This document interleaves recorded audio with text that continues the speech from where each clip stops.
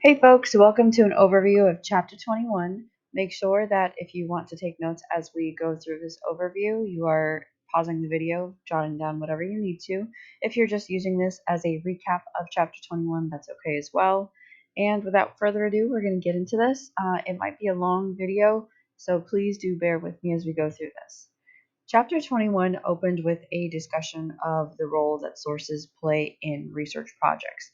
We use resources in our papers and our projects, not only to gather some background information, but we also use them to support the research questions that we are looking to prove, or we use them to convince the audience of our claims' validity if we're writing an argumentative paper. So we have to make sure that we're using sources that are not only we as writers can learn from, but so can our readers. Because we're going to be using these sources to help us answer and convince and describe and report. Remember that the sources are meant to support the research process, not project. Oh my god, I can't English right now. But they should not overshadow your voice as the researcher. We require research papers to use sources to construct the argument, typically in support of whatever it is that you're setting out to prove.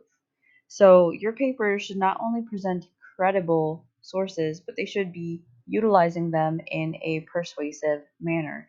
Consider incorporating some rhetorical appeals, some aspects of rhetoric in your writing.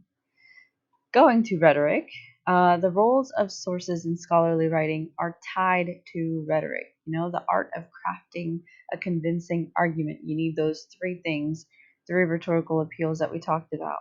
So, understanding how to use sources effectively is key to writing persuasive and powerful academic texts. There are a variety of sources that you can use.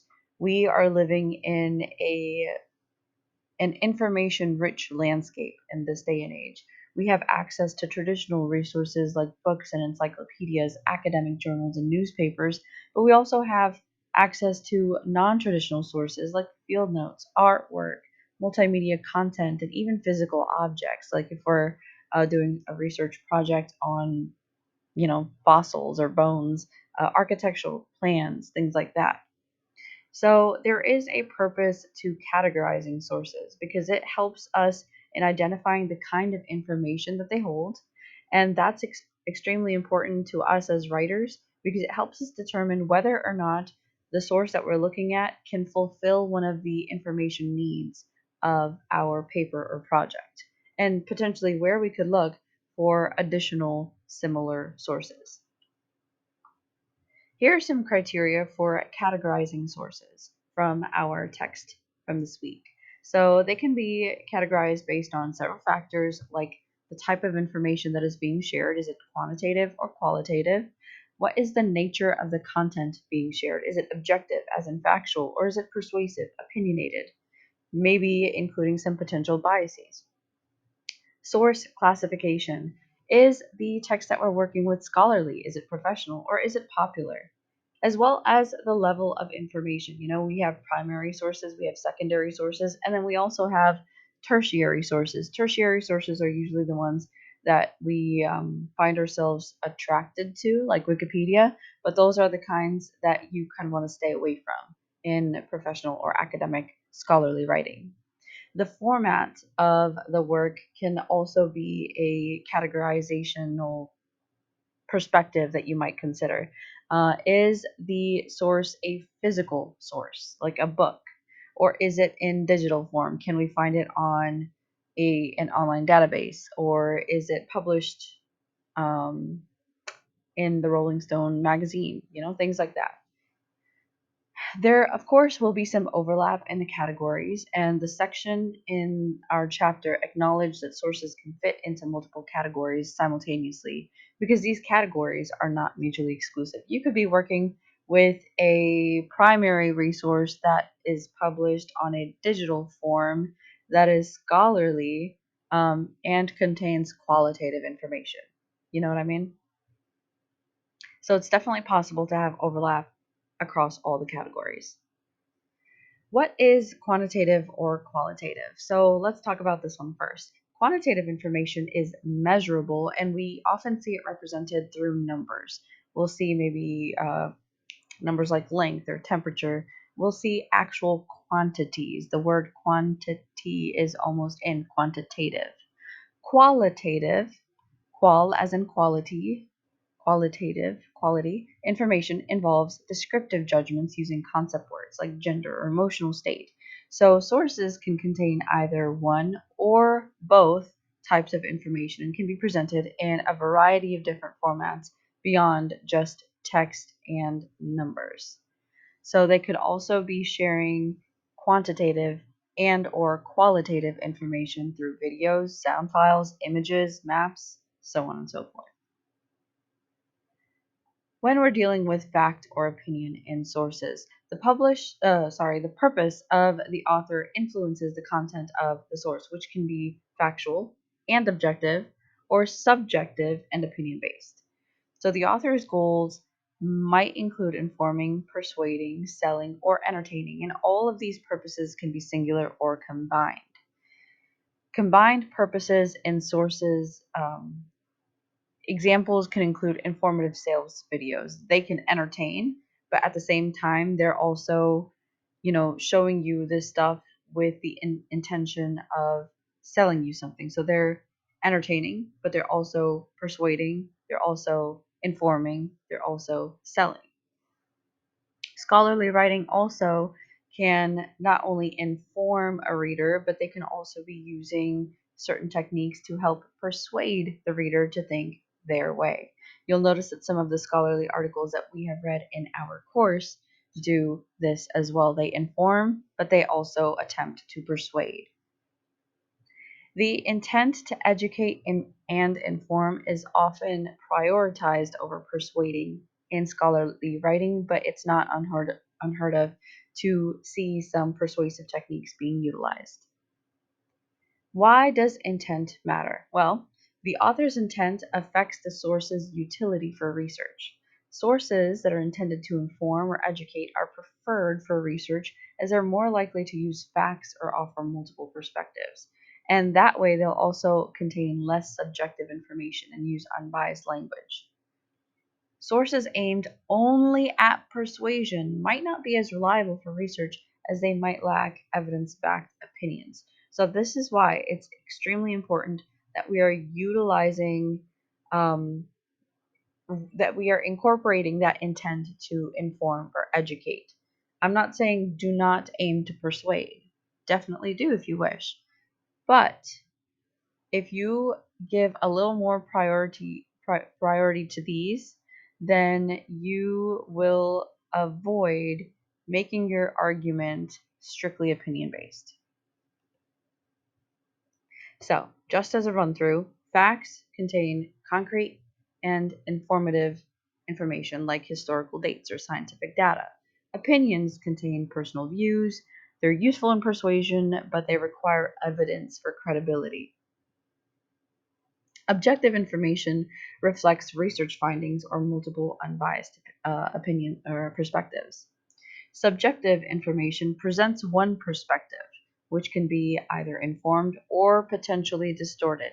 Opinions are inherently subjective, but vary in how much they are backed by facts. So, understanding these distinctions is crucial for selecting the right sources and evaluating the credibility and relevance of the information that they're sharing and how it applies to the context of your own research.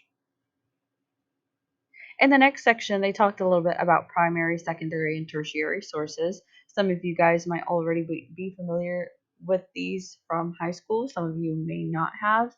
We usually hit on this like in the upper grades. So primary sources. Sometimes we actually also hit on them in history classes. All right, so primary sources. These are your original firsthand information or material in its original form. So in ELA, we'll be subjected to primary sources like novels or plays or stories. In maybe more of the history classes, you will notice current event articles, breaking news, maybe some historical diaries. At some point, you will be working with advertisements. Music and dance performances also qualify as primary sources, eyewitness accounts, interviews, eyewitness accounts where the person is talking about something that, like think of the Diary of Anne Frank, it kind of, we're again overlapping some categories: eyewitness account plus diary. We have artworks, we have data, autobiographies, original documents, journal articles that report new research. All of these things are primary sources. Primary sources provide the reader with unfiltered information directly from the creators, and it offers a direct connection to the events or subjects being studied. Secondary resources often restate, analyze, interpret, or critique primary source material. Nonfiction books, not including autobiographies, articles critiquing or synthesizing various opinions and accounts, the literature review portion of journals, articles, all of these count as secondary sources. So, secondary sources offer a layer of interpretation or analysis over the original information. So, if we were reading an article that took the Diary of Anne Frank and analyzed it, and we were using that article containing the analysis as our resource, that would be a secondary source. However, if we used the Diary of Anne Frank, that would be a primary resource. Tertiary resources summarize, condense, or index primary and secondary sources. We see these in the shape of almanacs, dictionaries, guidebooks, survey articles, timelines, bibliographies, encyclopedias, including Wikipedia, and most textbooks. So tertiary resources give us an overview or like a general understanding of a topic, and they're derived from multiple secondary sources. These are not typically used as cited sources in academic research because they're so far away from the original information. Always prioritize using primary and secondary sources over tertiary sources. Understanding the relationship between the source and its context helps grasp the big picture of information. This is a key part of critical thinking, and it's essential in academic and professional settings. In academic research, there's a preference for primary sources or secondary sources, just like I said, because they work closely with that primary source. Tertiary sources are not usually acceptable for citations in college research projects. I mean, your instructor might be willing to be flexible on that rule, but I can tell you for 161, 162, tertiary resources are typically not acceptable. They're a good starting point, but do not rely on them for the crucial aspects of your research. The next section talks about popular, professional, and scholarly resources, talking about the differences between them.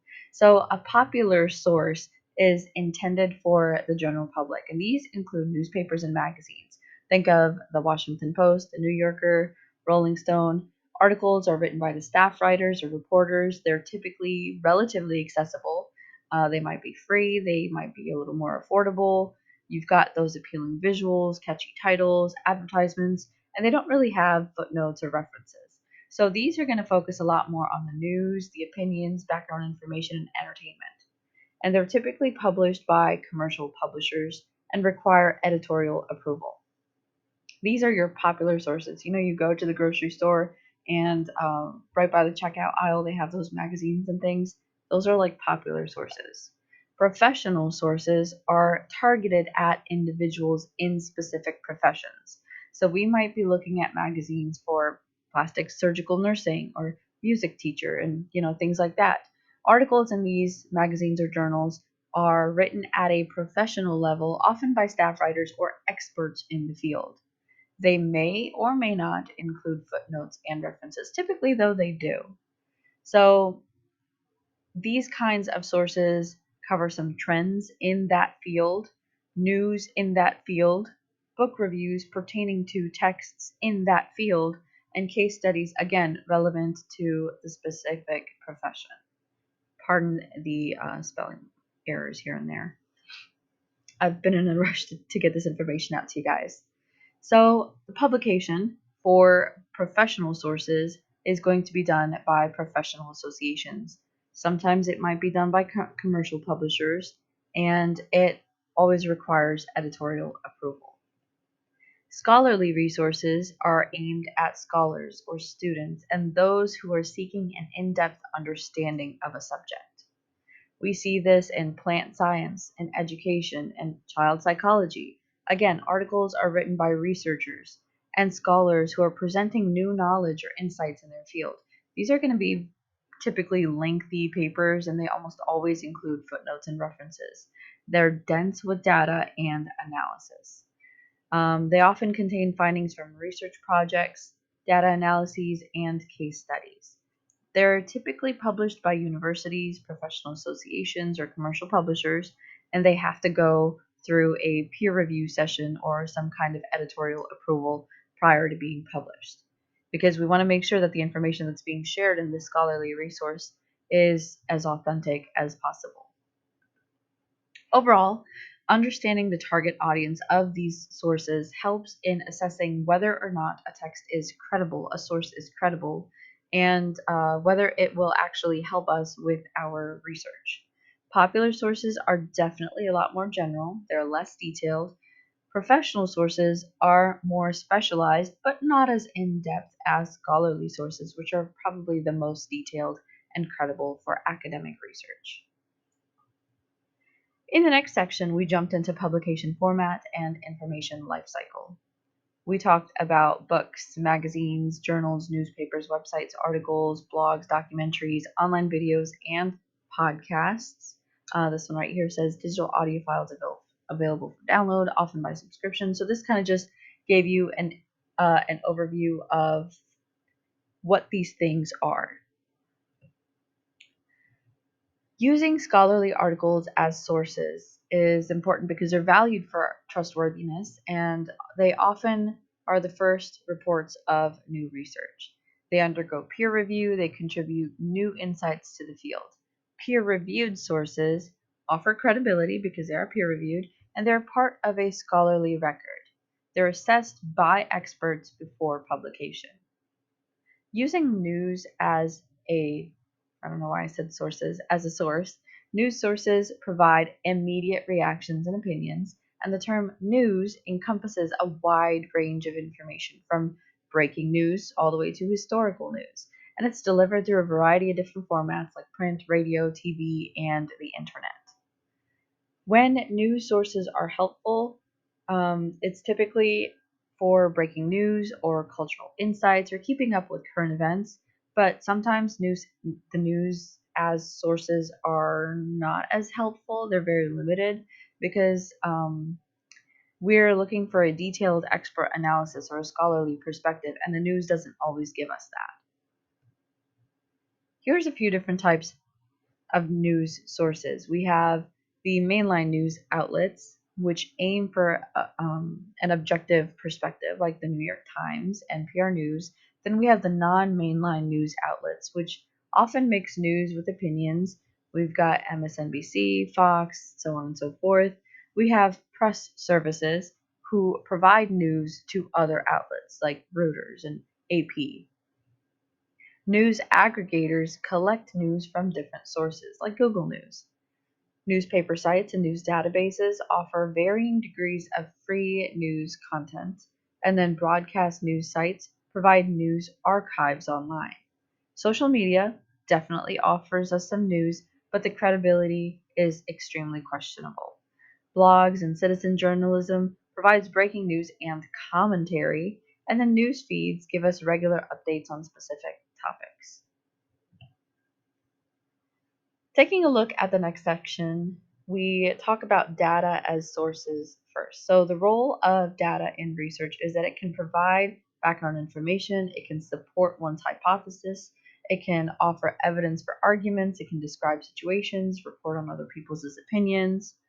Data encompasses so many different units of information. Information that can be observed, that can be collected or created in research, including numbers, text, images, audio, video clips, so on and so forth. Of course, there is a keen focus on numerical data. This is particularly useful in social life and physical sciences for testing hypotheses. And using numerical data in research definitely enhances the persuasiveness and strength of arguments. We can obtain such data from existing sources, or we can collect it ourselves through observations, through surveys, interviews, or experiments. We can also use people as resources. And this is a very underutilized um, idea or concept in academic research because we often use people as information sources in our personal lives. We forget that we can also incorporate an element of people as sources in academic research. Employer perspectives. Employers often find new hires lack skills in using people as sources for information gathering, which can be pretty crucial in the professional setting. So, this is a skill that transfers not just to English, language arts, communication, journalism, so on and so forth. It extends beyond the arts and humanities fields and also applies to other fields like business, engineering, technology, things like that. Expertise can stem from academic scholarship, societal positions, or special experiences. So, determining whether or not the person that you are trying to use as your source is an expert is very important. The context determines who can and cannot give us authoritative information. Sources with firsthand experience definitely offer very unique perspectives and insights, which could potentially lead to a research result that is fresh or contains a lot more new, interesting directions. As with sources and other sources, potential biases of people as sources must also be considered. Just because we're talking to an expert does not mean that they are unbiased, you know? So always consider that there are biases associated with people as with other sources. If you are planning on using a person as a source, you are going to want to identify and learn about your potential interviewees beforehand. You want to prepare questions. You want to arrange interviews at a mutually, beneficial time for both. Incorporate effective interviewing techniques. In order to employ those, that means you have to put the interviewee at ease. You have to actually listen to what they're saying and consider creating some follow up questions. So, when you're creating a list of questions that you want to ask your person, think about what their potential answers might be and then also jot down some potential follow up questions. And obviously, end the interview by expressing your gratitude for their time, patience, and consideration. Take ethical considerations into mind as well because issues such as confidentiality, data storage, and dissemination must be addressed, especially in academic contexts, and interviews have to be cited properly. If you don't know how to cite an interview, Purdue Owl Purdue, however you say it, that website has such great information on citing interviews. Definitely check that out if you need any assistance. The next section talked about using sources that meet your needs. So, if your need is to learn background information, this is the slide that you want to look at. Any source type, except perhaps journal articles, can be useful for gaining background knowledge. Encyclopedias and secondary sources are particularly helpful. The choice of quantitative or qualitative, fact or opinion, and the source category depends on what advances your understanding. A key reason for seeking background information is to learn the language used by professionals and scholars in the field. It's always really good to use a source that helps you to learn that background information before you start talking about it. Sometimes we want to use resources that answer our research question. You want to make sure that the sources you use with the intention of answering your question actually answer the question. Primarily, primary and secondary sources, which are professional and or scholarly, are needed. The arts, if you're presenting or if you're doing a research project on some kind of sculpture, they might also require some popular sources. Whether or not you need a more quantitative or qualitative data will depend on your research question itself. One of the most useful things that you could incorporate to meet the need of answering your research question is taking a look at the latest secondary sources, because they will give you a more comprehensive analysis and information that is also somewhat more relevant and current. Using sources to describe a situation. We want to make sure that our source is clear and compelling in its description of the situation that is related to our research question. While the focus is on the source or sources that educate and inform, this category can also include fiction or other arts to make the description more engaging. Different disciplines might have different preferences or requirements for acceptable format. So if you are using a source to describe some kind of situation, I would suggest checking with your instructor beforehand to see whether or not that source that you are contemplating on incorporating in your work is a sufficient source for that particular discipline. We also might consider using resources that report on what other people have said. With this, make sure that you are consistent with the research. Use the same or similar sources as those used to answer the research question. Make sure that the focus is on sources that are most convincing and relevant to your audience. And the guidance in this entire section, it was a lengthy one, I know, helps in effectively using sources to build a research project. And it ensures that the information that you are gathering and presenting is not only relevant, but it's also credible and tailored to the research objectives. We've talked about this section beforehand in an earlier video, but I'm going to reference it one more time. There is ethical use, and the last section of this chapter talks about the ethical use and citing sources. So reference pages and works cited pages are a necessity in research projects and papers. Academic research leads us to the insight that comes from gaining perspectives and understandings from other people through what we read, watch, and hear. In academic work, we have to tell our readers what has led us to our conclusions, and documenting research is the most important way because people rely on academic research to be authoritative and represent academic integrity. Always make sure that you have a reference page and or works cited page depending on whether you're writing in a APA or MLA.